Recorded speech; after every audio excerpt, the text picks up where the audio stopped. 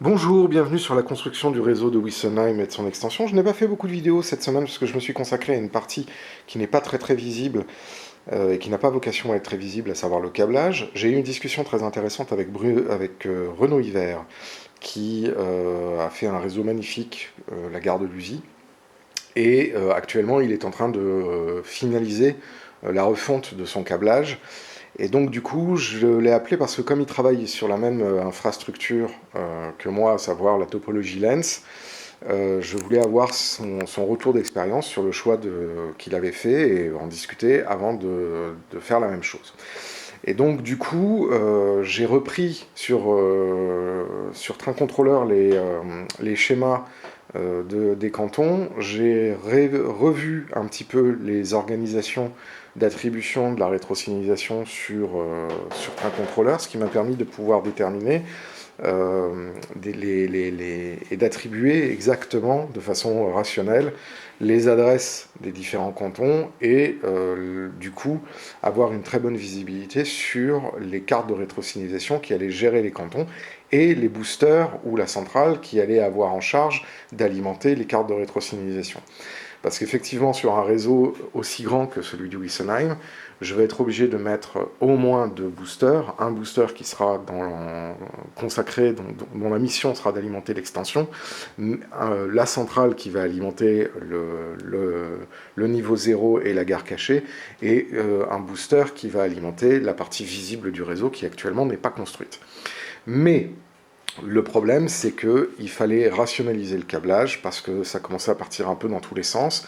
Et donc, du coup, commencer à créer ce que l'on appelle des feeders, des bus d'alimentation. Donc, c'est ce que l'on voit ici, là, où là, on en voit une partie qui vient alimenter les cantons de la gare cachée.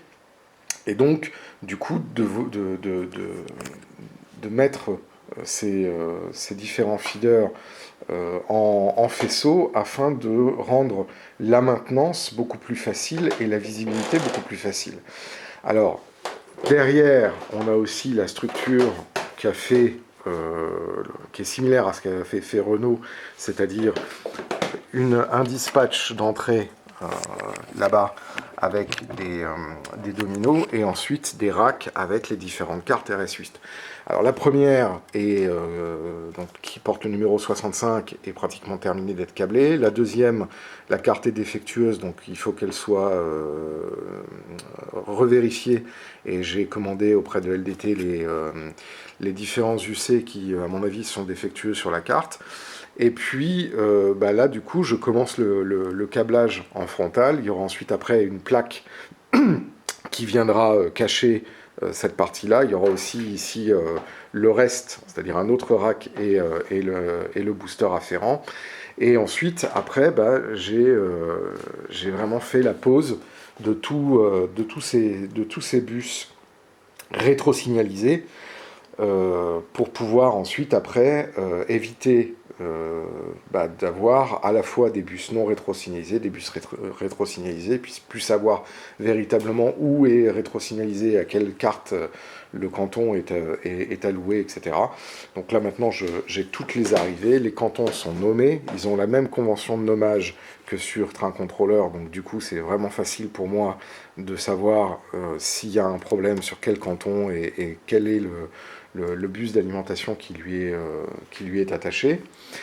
Donc là, on voit quand il peut y avoir des doutes, il y a des labels qui sont ajoutés pour justement éviter ce genre de problème.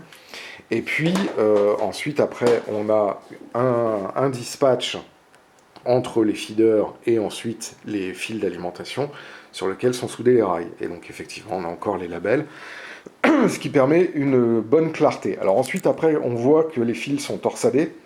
Je n'ai pas fait la même chose que Renault.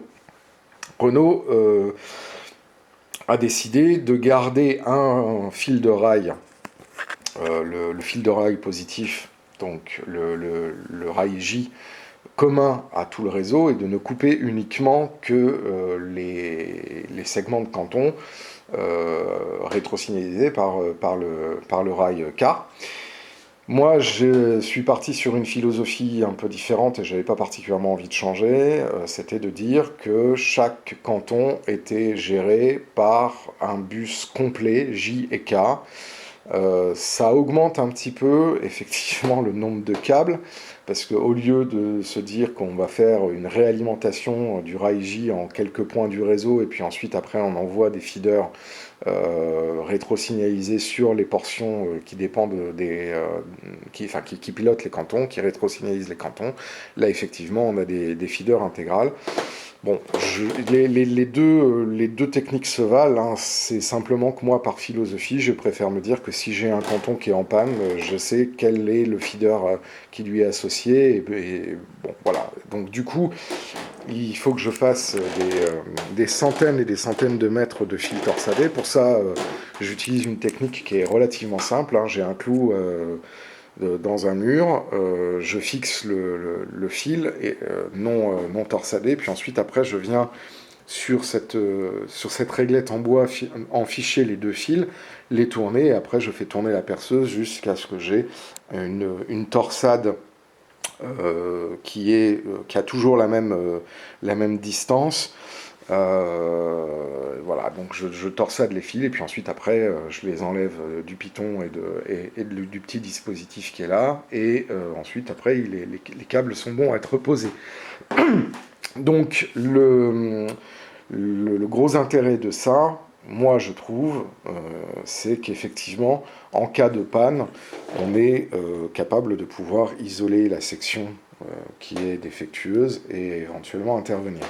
L'autre chose, c'est que par rapport aux interférences électromagnétiques des différents effecteurs, je rappelle que ce genre de choses, ce genre de moteur électromagnétique génère des impulsions, enfin sont commandés par des impulsions et génèrent des perturbations électromagnétiques. Alors, on peut les contrer avec des ferrites pour éviter que ça vienne trop perturber le reste des bus de signaux.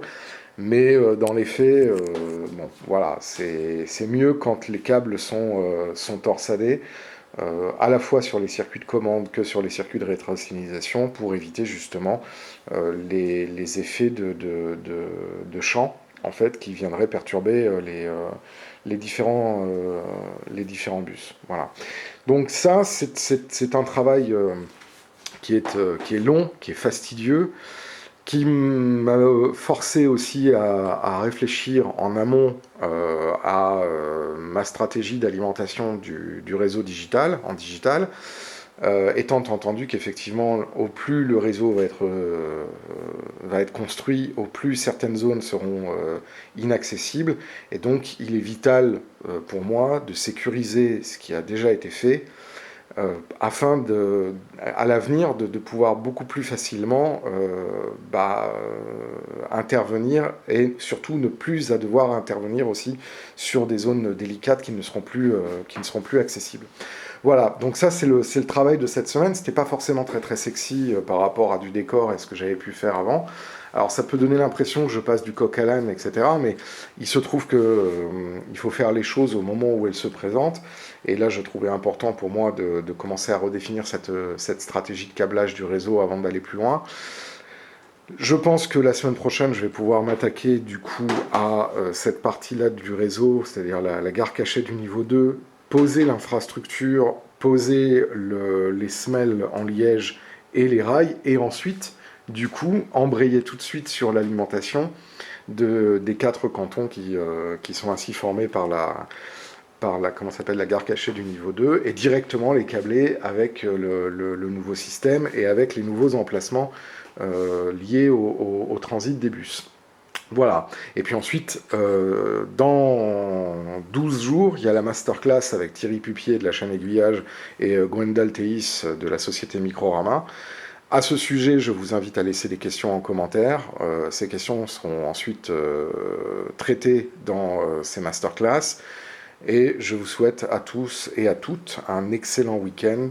Faites du modélisme, profitez aussi du fait qu'on est temporairement déconfiné. Et je vous dis à très bientôt pour une autre vidéo. Si vous avez aimé la vidéo, n'hésitez pas à laisser un petit pouce bleu ou un commentaire. N'hésitez pas à vous abonner à la chaîne si ce n'est pas déjà fait. Ça nous fait plaisir. Et à cliquer sur la cloche pour être notifié lors de la sortie des prochaines vidéos. À très bientôt.